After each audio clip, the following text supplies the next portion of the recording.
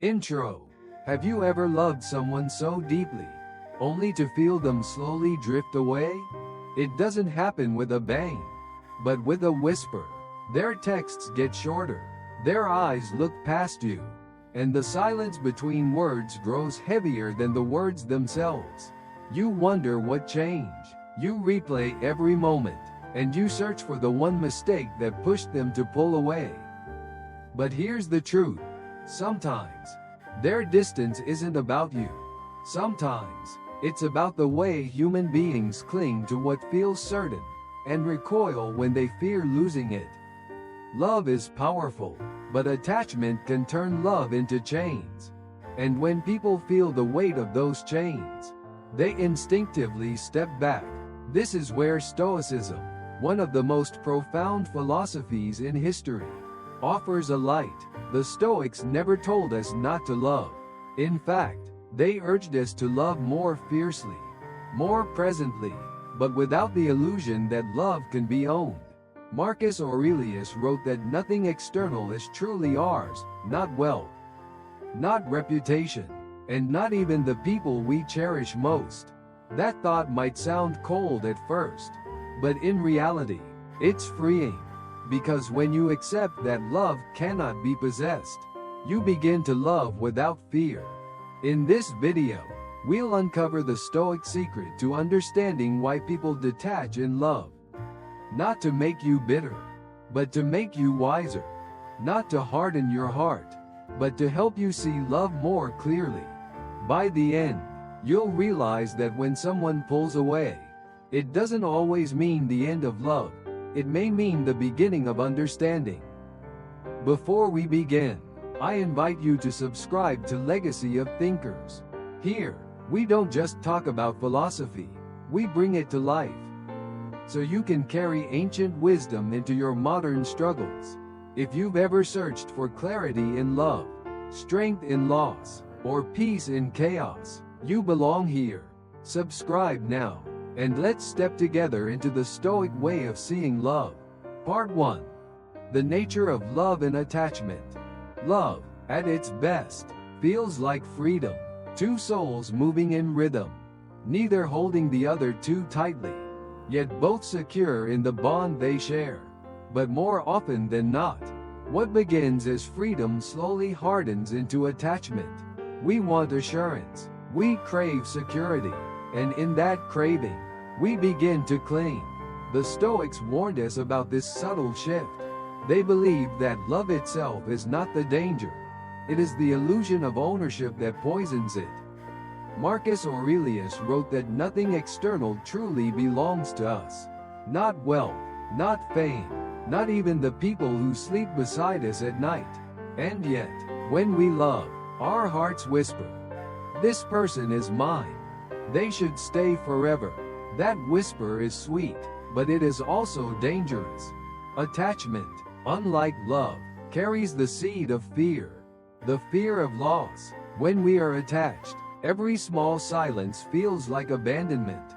Every delay in response feels like rejection.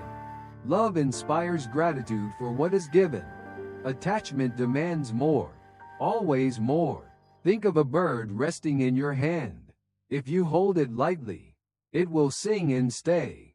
But if you grip too tightly, the bird struggles, desperate to be free. Human hearts are no different. The more we tighten our grasp, the more we risk driving away the very person we want to keep close. The Stoics remind us, to love well is to love without chains.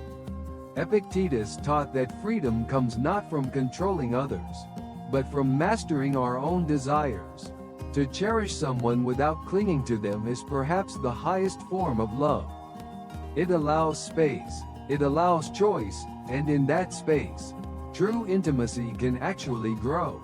So when love shifts into attachment, we must pause, ask ourselves, am I loving this person for who they are?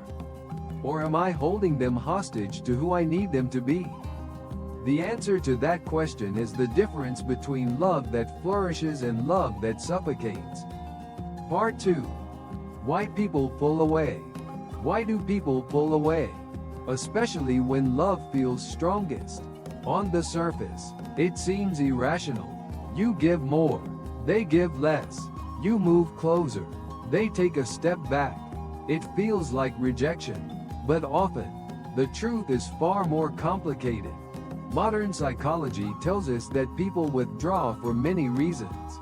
Some pull away because of fear. The fear of being hurt, of being abandoned, of not being enough. Others retreat because of self-preservation. When intimacy stirs old wounds or unmet needs, they build walls not to hurt you, but to protect themselves. But Stoicism adds another layer of understanding. The Stoics remind us that no one can control another person's heart. Epictetus said, "Do not seek for events to happen as you wish, but wish them to happen as they do." In love, this means we cannot force another to stay close when their nature, their season of life, or their inner battles push them to create distance. Their pulling away is not always about you. It is often about them confronting something you cannot see. Think about it. When someone withdraws, it is rarely because love disappears in a single moment. More often, it is because the weight of expectation becomes too heavy. Love that once felt light and natural can start to feel like a demand.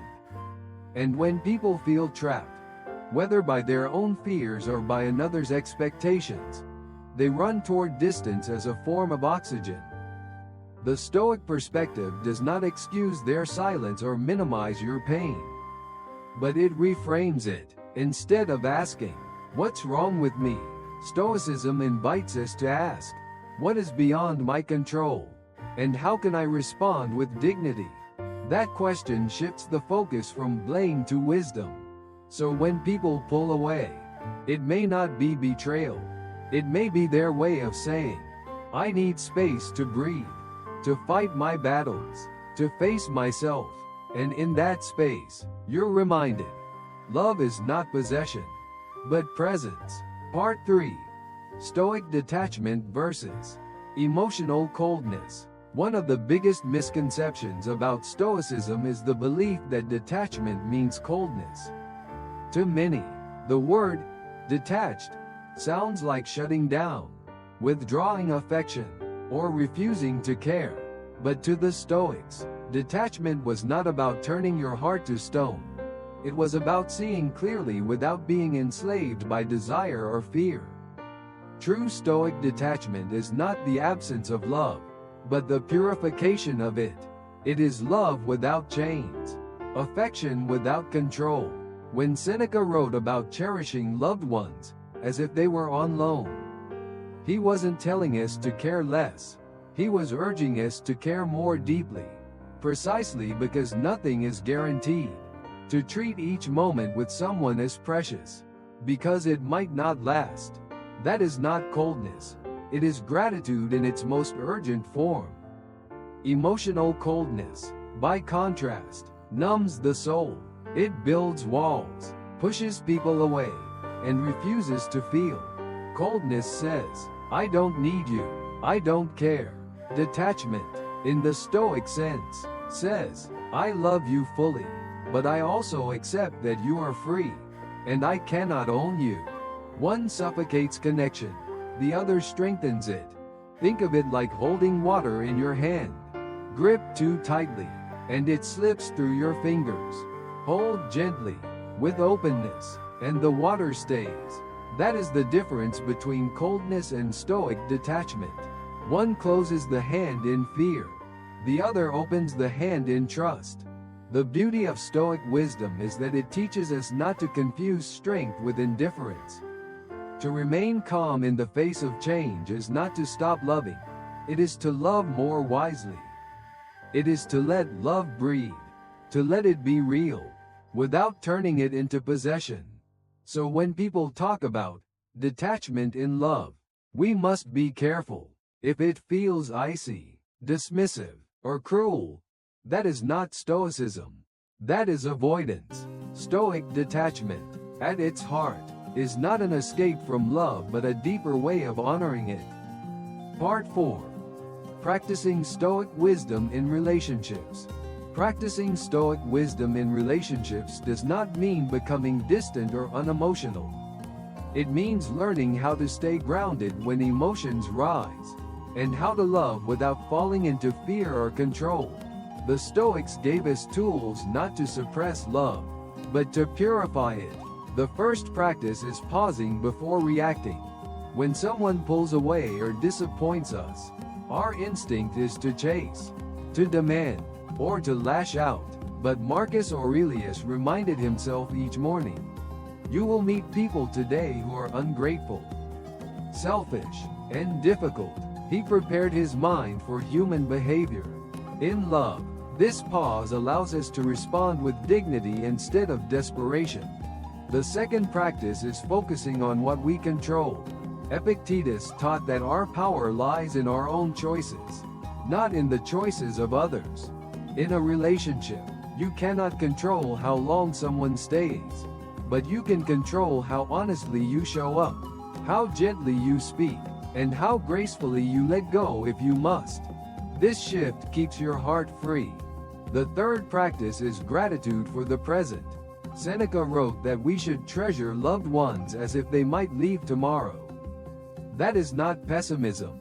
It is realism turned into appreciation. Instead of resenting what we lack, we thank life for what we have. This conversation, this touch, this moment. Gratitude turns even fleeting love into something eternal. Finally, Stoic practice means accepting impermanence. Every relationship changes. Some grow deeper, others fade, but all are temporary in form. The Stoics urge us to see this not as tragedy, but as nature. To love someone well is to honor their freedom, even when it means walking a different path. Practicing Stoicism in love is not about detaching from people. It is about detaching from illusion. The illusion that love can be owned, that permanence is guaranteed, that control will keep us safe. When we release those illusions, what remains is pure love, steady, present, and free. Outro. Love is never simple. It lifts us higher than almost anything else in life. But it can also leave us broken when distance enters. What Stoicism offers is not an escape from that pain, but a way of seeing through it. It teaches us that love cannot be chained, people cannot be owned, and impermanence is not an enemy. It is a reminder to love more deeply while we can. If you take anything from this message, let it be this: when someone pulls away, it does not always mean you failed. Sometimes, it means you are being invited to practice the highest form of love, the love that respects freedom, that gives space, that endures even when circumstances change. To see love not as possession, but as presence, to cherish it without clinging. And that is the secret the Stoics carried for centuries. Wisdom does not harden the heart. It refines it. It helps us hold love in open hands, steady and grateful, instead of closed fists full of fear. If this conversation touched you, I want to hear your thoughts. Share your perspective in the comments. Your experience may be the wisdom someone else needs. If you know someone struggling in love, share this video with them. It might bring them clarity or comfort. And if you found value here, I invite you to support this community. Click the like button so more people can discover this message. And subscribe to Legacy of Thinkers. Every week, we explore Stoic wisdom not as dusty philosophy, but as living guidance for the challenges we all face: love, loss, struggle, and growth. So before you leave, take a moment, like, share, comment, and subscribe. Not for me, but for us. To grow together as thinkers, as seekers, as people who want to love more wisely. This is Legacy of Thinkers, and I'll see you in the next video.